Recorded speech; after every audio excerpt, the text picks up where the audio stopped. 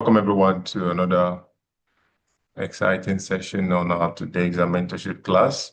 We'll be looking at how to interpret and look at present a geological report in such a way that is professionally done and be acceptable.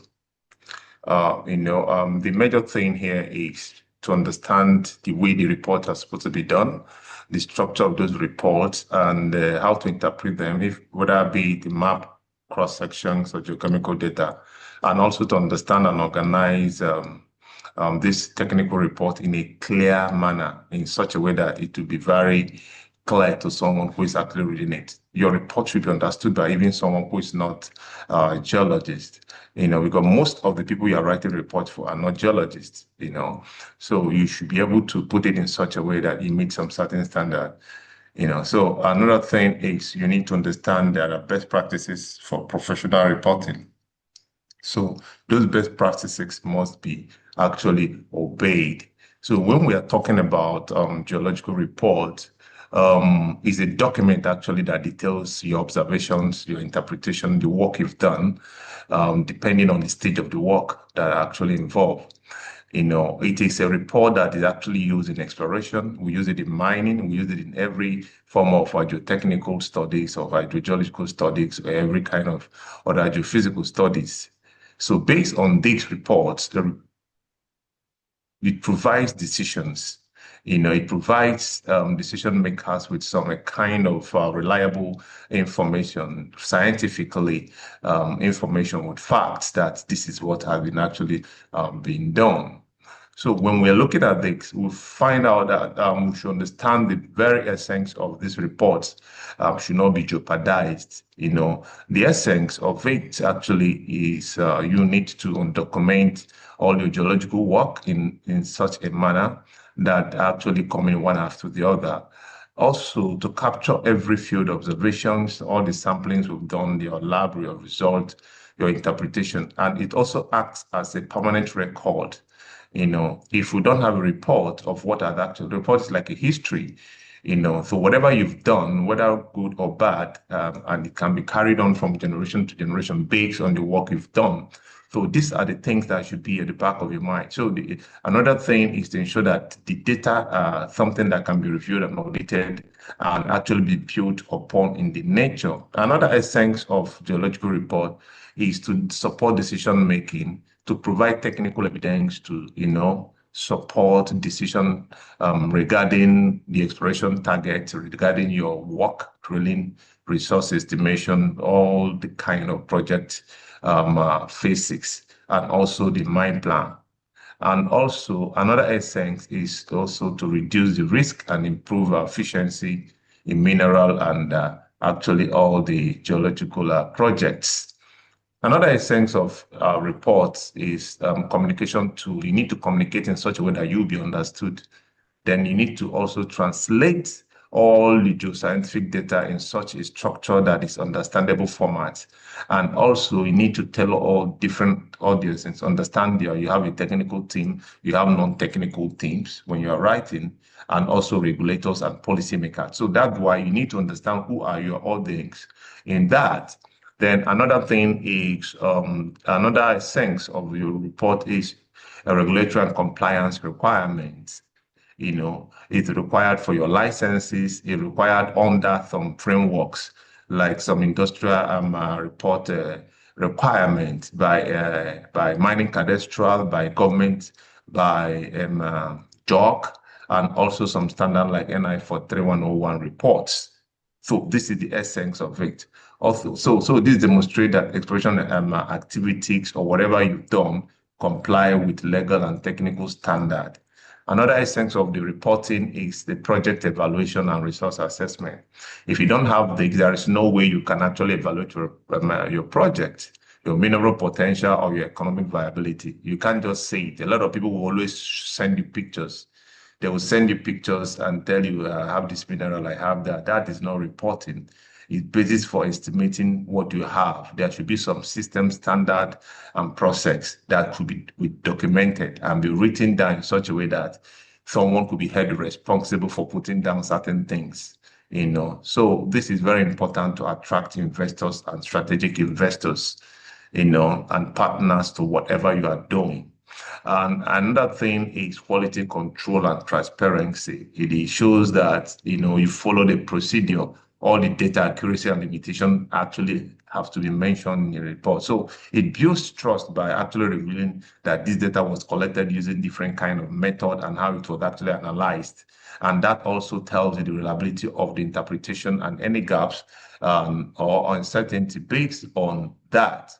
So another one is report is is an educational tool. It can actually be used to train people. It can actually be used, in talking to some people into understanding what is actually done. It can actually be used, like I can use a particular report now to train junior geoscientists and interns and some other students. So it encourages best practices in reporting and mapping and other scientific thinking. So that is the essence of report. Now, every report we are writing has what we call the key components. These key components are one, you have the executive summary that summarizes everything you've done in such a way that it is called executive summary because this part of the report is very important. Most of the CEOs and the chairman do not read your entire report. It could be thoroughly be reviewed by some technical people or technical guys within the team. But why it is called executive summary, because these are mostly the part the CEOs, executives actually read to understand the summary of the work that is actually done.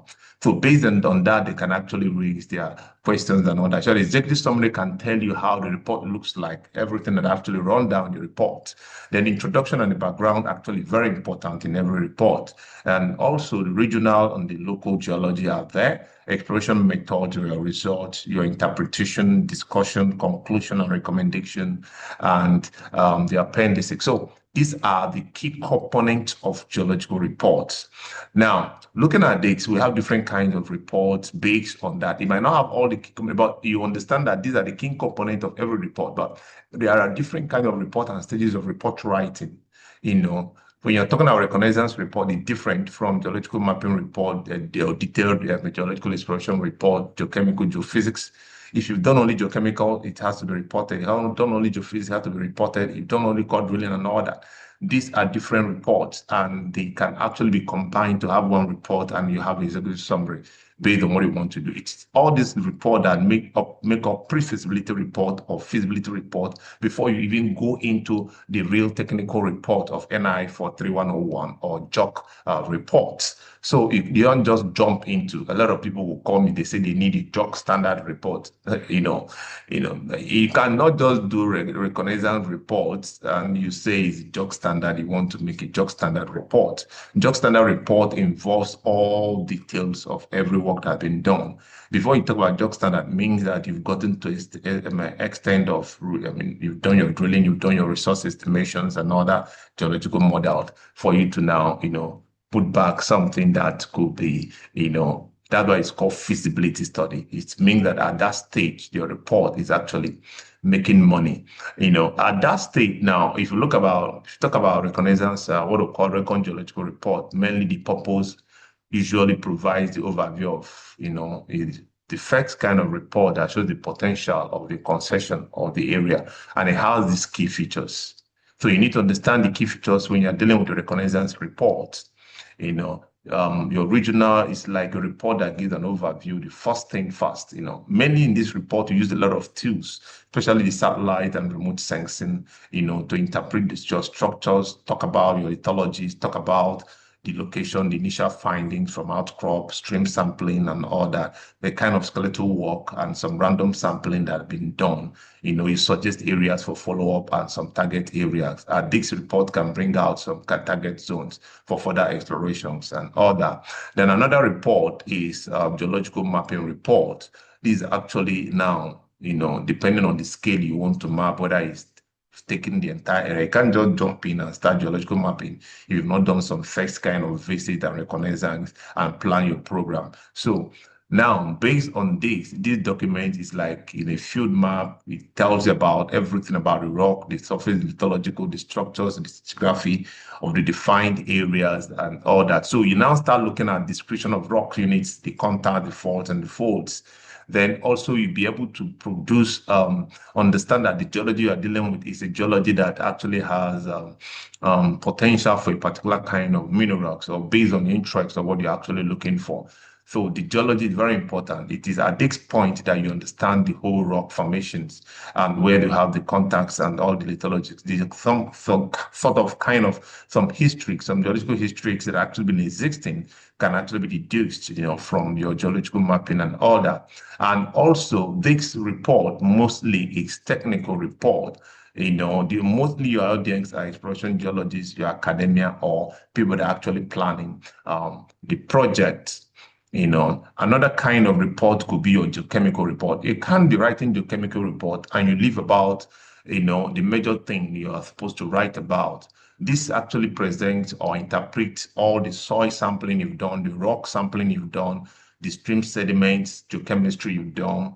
It actually aims to identify where there are geochemical anomalies. So this report has aim. That is the purpose. The purpose is to actually understand where there are geochemical anomalies based on your texting or your methods and everything. So your key features of this report should actually tell us about your gridding, your grid patterns, your method you've used, the method of analytics, and all that, the elemental concentrations of whatever lead, zinc, or whatever mineral, all the pathfinders, the threshold values, then interpret the anomalies and give us key, target definitions of locations of where you've actually done some of these collections of samples. So, and mostly it is exploration companies or technical people or consultants that actually analyze this report. They are your major, it's not a report that any other person can. It's actually meant for some technical guides to actually analyze. Now, this also another kind of report, your geophysical survey report. Writing a geophysical survey report is different from writing a geology report. I've read different reports and you find out that most people will go in instead of presenting geophysical reports, they are presenting geological reports. They will write the geology of the area about 20 pages. They will now write the geophysical report about 2 pages.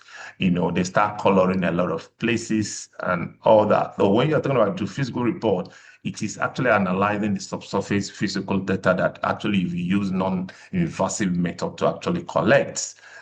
So at the end of the day, you should be able to provide us with the method we've used, whether magnetic, IP, resistivity, electromagnetics, and all that, then instrumentation and survey parameters that we actually use. Then you process the processing method and all that, and you come back to and actually show the real result, which is either you're presenting your result in 1D, 2D, 3D, or 4D. So this interpretation shows that there's a potential for mineralized structures or there's no potential and all that. So most people use geophysical survey reports to estimate mineral. That is very wrong. I've seen some geophysical report telling you that the social mineral, you have social amount here as a kind of a measured or indicated resource and reserves.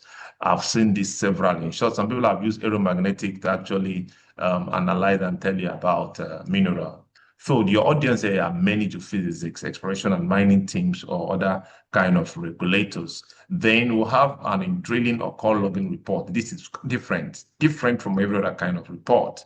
It tells you about the subsurface geological profiles that they actually encountered during drilling, and you are interpreting mineralized zones. So when you come to drilling and core logging report, what you are telling us is your interceptions, as the drilling is actually going on. It actually has to tell us about the drilling collars, coordinate, the depth that was actually about each columns of the borehole, the lithology, the structure logs, the pictures of your logs are actually very important. The recovery rates, the essence of each of them, and downhole geophysics, if you've actually done that, So this is the key things you need to look at, Then your audience is your exploration team, resource, geologists, and also investors. So drilling reports is very important. There are drilling reports also, they want to call also drillers report. Drillers report has to be combined with all general drilling reports. Then the final one is the major one that actually is like a combination of the summary of the entire report is feasibility report, feasibility report. which is a technical report that actually going in. This one now is report that, that at the end of the day, the project is also, clearly saying that the mineral have been found.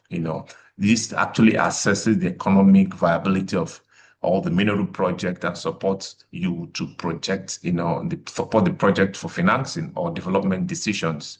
So the key features here, definitely, you need to understand that the geology and the resources sections, mining method and all that, the environmental, social, and legal consideration, the operating costs, your capital costs, all the financial model, the risk assessment, and the recommendation that actually involved. Mostly people that actually are audience to this report are financial institutions, the mining boards, and regulatory authorities. This kind of report is a report that is required if you are looking for fundings. So you must get this kind of report. Then another one is environmental and other geological. This is actually part of the report that actually assesses the environmental impact, the water resources, and the compliance in line with development activities. You need this kind of report like the EIA report, like the EPRP report, that is the Environmental Protection and Rehabilitation Plan report. This kind of report assesses the environment and all the impacts of what they are going to do. And at the end of the day, in that report, it needs to actually talk about the remedial actions that you're supposed to take at the end of that project. So mostly the people you are writing this for are the environmental consultants and the regulators. If you don't have this report, we find it difficult to actually navigate. Now, let me tell you about this number 9 report, which is the academic or research-based geological report. Now, whenever you are writing a report, you should understand what you are writing, where it falls, and how the nature and the structure and the key that you are required to bring out in such reports. The academic or research-based report are quite different from all these things reports. I've found out that even when I did my PhD, I found out that my way of writing affected my PhD report. When I got to school, it was, they kept correcting me on different ways and all that. So I had to, adjust because I'm used to actually writing reports for based on industrial requirement and all that. But when you go into academics, a lot of things are involved. So all the dots and the plots and all that, you need to keep them. So this report, that's why most of the time when you see academicians write reports, it's quite different. It's too lengthy. They write a lot of things, a lot of short literature reviews sometimes can even take a lot of, would take the entire report. Their literature review, they will review, they will cite, they will reference. This is not what, most of the time that is required in a business report. It's not required, but if it's in academics, yes, you need to follow some of these rules. You need to make your literature review, cite all that, do your research methodology clearly, follow each other. And after that, your result must follow each. If you use 5 methods, you must get 5 results. If you use 10 methods, you must get 10 results, analysis and interpretation. So this is how it actually follows. And at the end of the day, you need to do a lot of citation and a lot of references. Sure, your references in some scopes has to be about 20 pages kind of references and citation. You're not required to come and do that in the field. Yeah, so do that. Nobody... they'll think you don't know what they are doing. So nobody will even wait for you to write, to read that kind of thing. So this report now, the 9 academic report or research-based report, is the kind of report that is actually, you give to, you give to your professors, your peers, or your academic. Then how do you interpret this geological report? Now, to interpret this geological report, when we're talking about interpreting them, most of the time you might find yourself being given a report to read and make decisions or do due diligence. It means that you need to read in between the data. You need to actually read and describe and extract some geological understanding. So you need to validate the conclusions, whether it's actually making sense with what you've read. You need to now identify implications for exploration, research, or decision-making. Because at the end of the day, while you are reading it, is to ensure that you have, is to ensure that you're able to make decisions. Now, the number one thing you need to look at here is you need to understand the report structure first before diving into the content. What is the structure of this report, you have to review the table of contents. The table of contents will give you actually an idea of the layout. You locate the key sections like the executive summary, regional geology, exploration method, then the result, the methods that actually use this, what is actually required to be used in such, thing. Then your interpretations and the conclusion are very important. Then check the appendices. They often contain some data that may actually require coordinate lab results and other things. Then another one is you look at to decode geological settings. What do you look out for? Your regional geology, you look at it, what is regional geology all about? There is it basin of orogenic belt and all that. Then you look at the local geology, what is the kind of rocks that are actually there. Then you also look at your geological map. Are they in line? The colors, the lithology, the symbols, are they correct? Then you have to now relate these things to known mineralization formations. You understand? Because at the end of the day, why are you looking at all those things? You need to know whether what is in the report, are they associated with that kind of minerals? You are actually looking for. Then understanding the host rock environment and also the structural controls. Are they in line with what is already known? Then another thing again is to evaluate sampling and exploration method. Very important. You need to check what type of survey that was actually carried out. What is the sample spacing? What is the depth? Were they adequate for that target? What is the quality assurance procedures? Where are the blank or duplicate standard samples?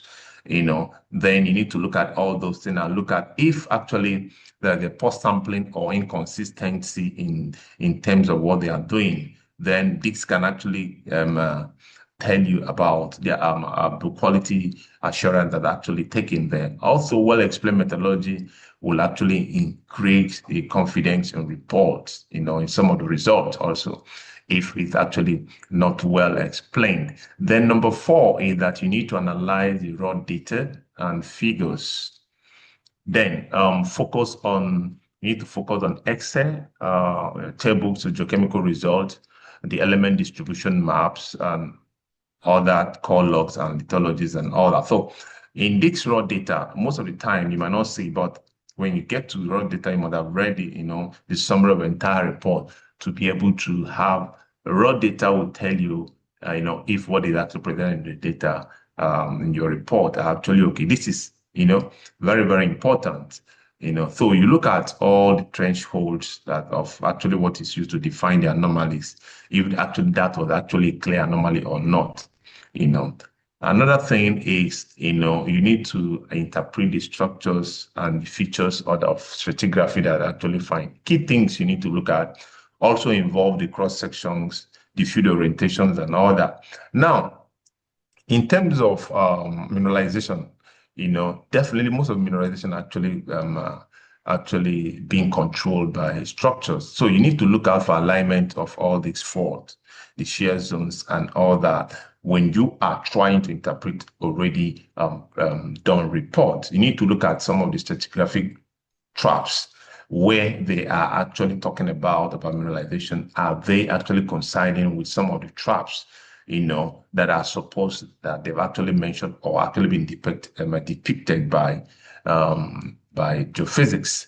Then another one is you need to look at key observations. Now you need to draw those connections, whether what do the results say about mineral potentials, are the anomalies supported by the structures you've seen, the lithological controls.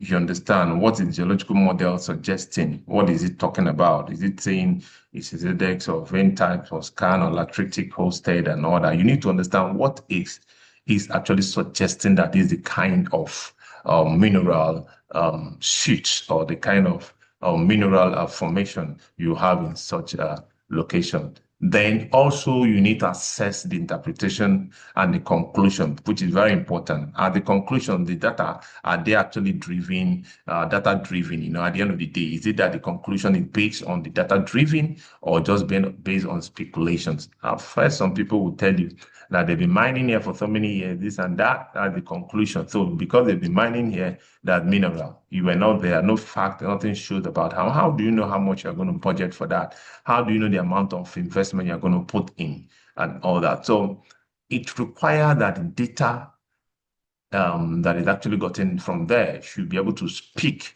about the investment opportunity that are actually there. Another one is to ask, are recommendations logical? Do high anomaly justify drilling and all that? Some people will tell you immediately that you need to drill, we need to drill, we need to drill.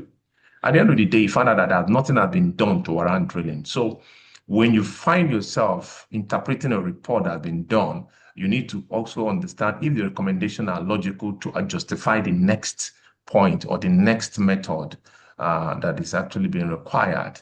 Our limitations stated clearly, example, more data needed or sampling incomplete and all that. So at that conclusion, which says that this needs to be done, all you've actually read in the report, do they actually suggest, are they in line with the conclusion? Then you also need to look at critical thinking, what's actually missing. You need to now start joining the dots. Are the maps and figures present and labeled? Are the anomalies unexplained? Are the biasness in how results we actually, are they biased? If they are rigged, if they are biased about the result, interpretations and all that, that will tell you that you need to be careful about what you are going to also interpret at the end of the day, because as a professional, if you're not able to interpret a report that is actually given to you, you will actually not be able to suggest the right thing or give the right recommendation. So do interpretation align with, does it actually align with the regional geological models, or it's just a new thing? If the new thing that not been existing before, the more you have to be careful about it. Now, look at this thing I called out from a summary. Now, if you look at this now, I said here, the soil geochemical survey reviewed a linear northeast-southwest trending zinc anomaly, greater than 900 ppm, concerned with a shared contact between metasediment and granite. This suggests potential structurally controlled vent type mineralization. Follow-up trenching and IP survey are recommended to delineate drilling targets. Now, if you look at this now, this is actually telling you about, this is actually telling you about the soil geochemical work that has actually been done. It's telling you about the strike. It's telling you about the coincidence with structures. It's telling you about the structures that actually seem to possibly have controlled it. It's telling you about vent type, and it's telling you, summarizing, about trenching and other kind of method that might be actually required. If you look at this, it gives you summary of everything from what is done, the mineral, the findings, the result, the follow-up recommendation and all that. So you find out that in this statement had everything about what the result is actually doing. Now, very importantly, if you must do your report, it's also very important to use some tools to visualize certain things. They are very interesting. That's why you need to actually have some soft skills, to plot in some certain geological maps, some geophysical work, some core logs and all that, cross sections, 3D models, block diagrams require that you be able to use some tools to present them in such a way that at the end of the day, they can come out as picture. Because definitely, at the end of the day, you need to bring all your work into PDF or JPEG in such a way that every other person can actually view them. So it's important that you understand this. So presenting your geological report, you need to understand your audience. Are they technical people you are talking to or general? That's why sometimes you see a report, I have to redo the report. The presentation differs based on the kind of people I'm talking with. You need to simplify it without losing accuracy. Even if you're simplifying it, yeah, the accuracy must still maintain. They use visual storytelling kind of thing to tell about what you've actually done. And you have to actually show the findings and the implication, which is very important. Keep everything clean. Your slides, if you're presenting it, let it be clean and clear in such a way. Now, if you look at this, most of the mistakes you see people making using some jargons that are not even required, some sections actually be mixing. They don't even talk about the quality assurance and quality standards they've actually used there. Then the maps are not well done. They are not well labeled. They'll be weak most of the time. the interpretations are very weak and doesn't even go in line with what is actually they're actually trying to talk about. So they can interpret based on what they feel, not even based on data. It will feel there is this here. That is already, what speculation is all about. Now, what they are telling you is not what is in the data. When you read the data, you find out the data is not suggesting the interpretation. So at the end of the day, no matter whatever you do on the report, you must say the next action that needs to be done. Your plan forward, the skipping of recommendation is very common. Most they will tell you, conclude that this is that. What are you recommending? What is the next thing? So you need to actually always suggest the next step, suggest the next step, that this is the next thing to be done. So that is just now. Look at the Tantu slide of this project in Abuja, Lesson Geochemical. If you look at it, this is 100 by 25 meters, and it shows you the anomaly alignment. It shows you the peak of the distance and infill sample and trenching at the next, next approach to this project. Now, the conclusion and the key takeaway, I will tell you that when you are doing any report, understand that this report you're doing is actually what is required for decision making. If your report lacks that, it's very difficult for you to make decisions.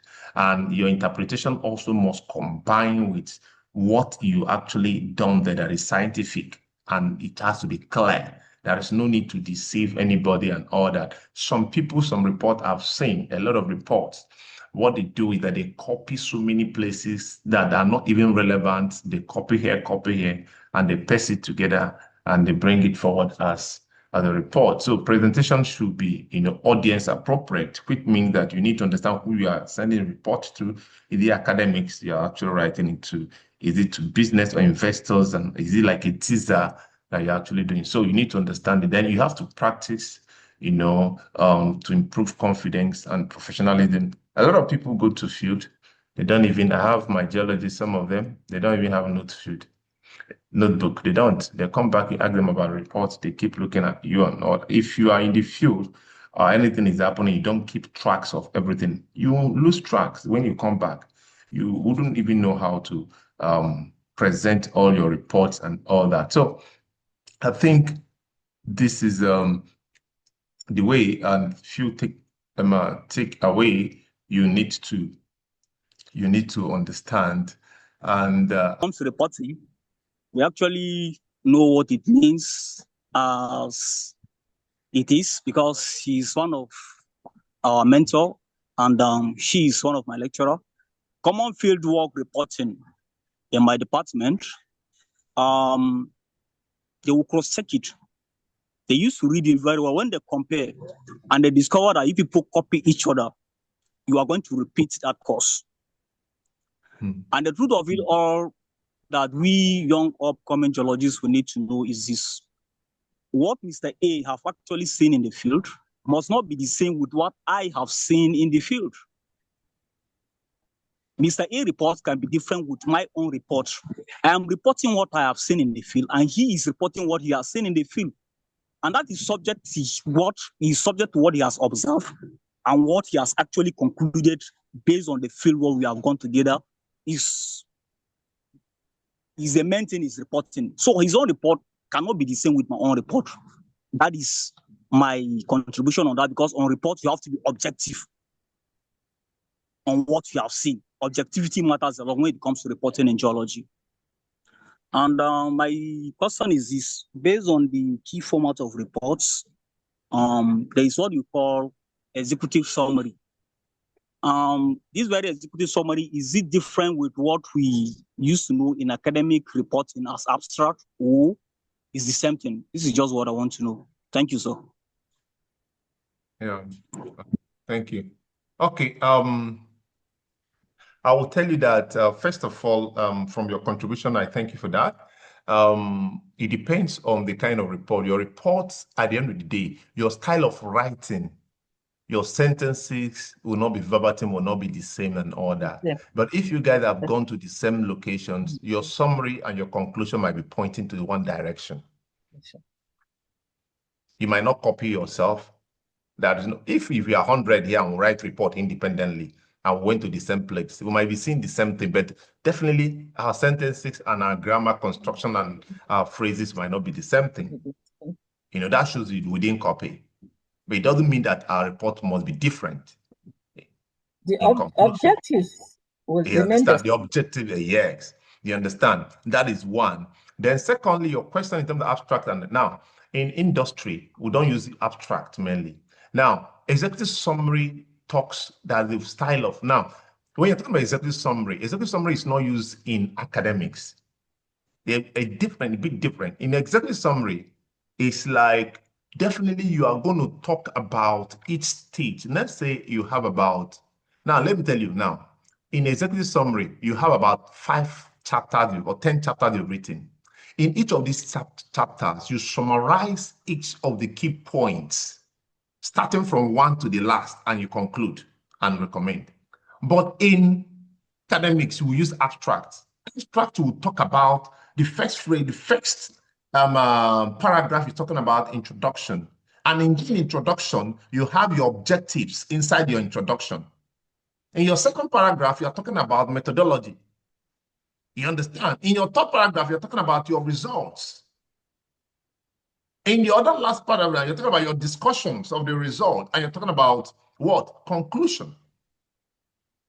Do you understand? They are 2 different things. So that's why we use abstract for academics. You can't come to industry standard. You are saying you finish writing report for investors. You are writing abstracts.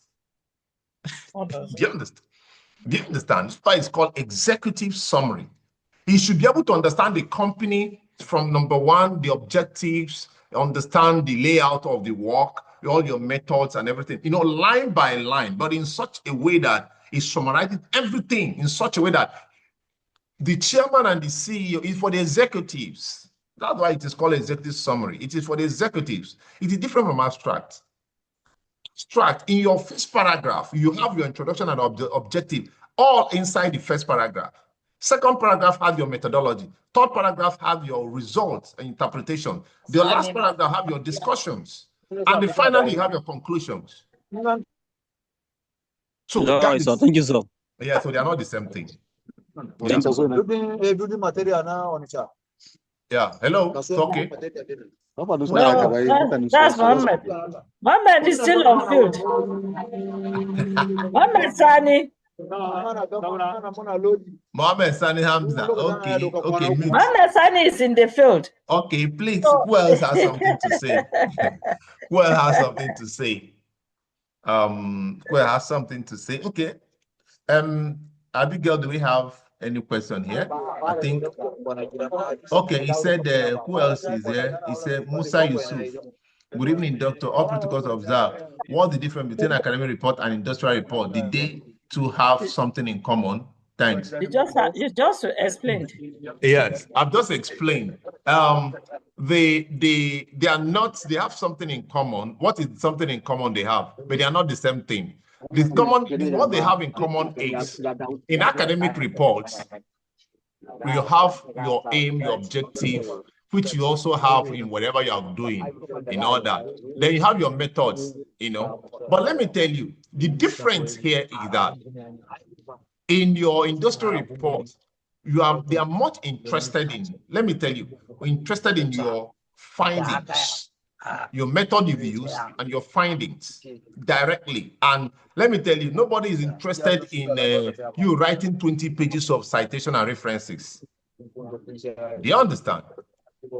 Nobody is interested in that.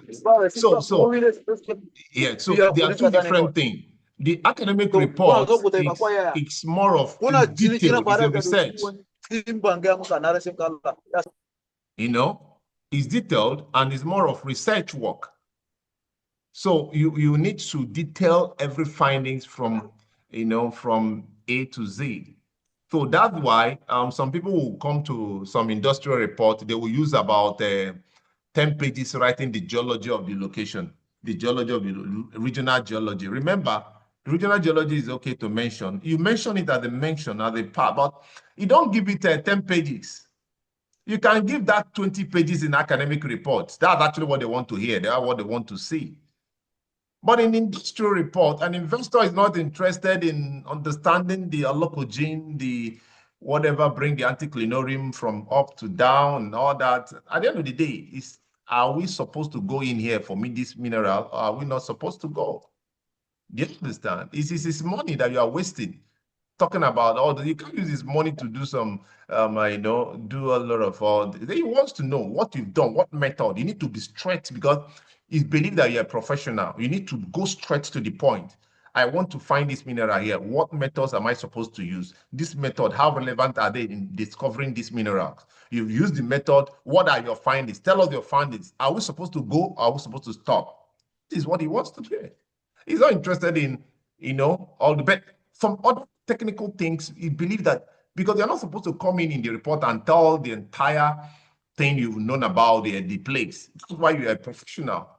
It's just like a doctor now coming to give you a doctor report. He will start telling you how many bones are in the entire body, the femur, the discs, and that. He's telling you all the whole muscles. He's telling you all the whole name, before you now come to tell you what. No, because you go to doctor, you want to hear what is your problem?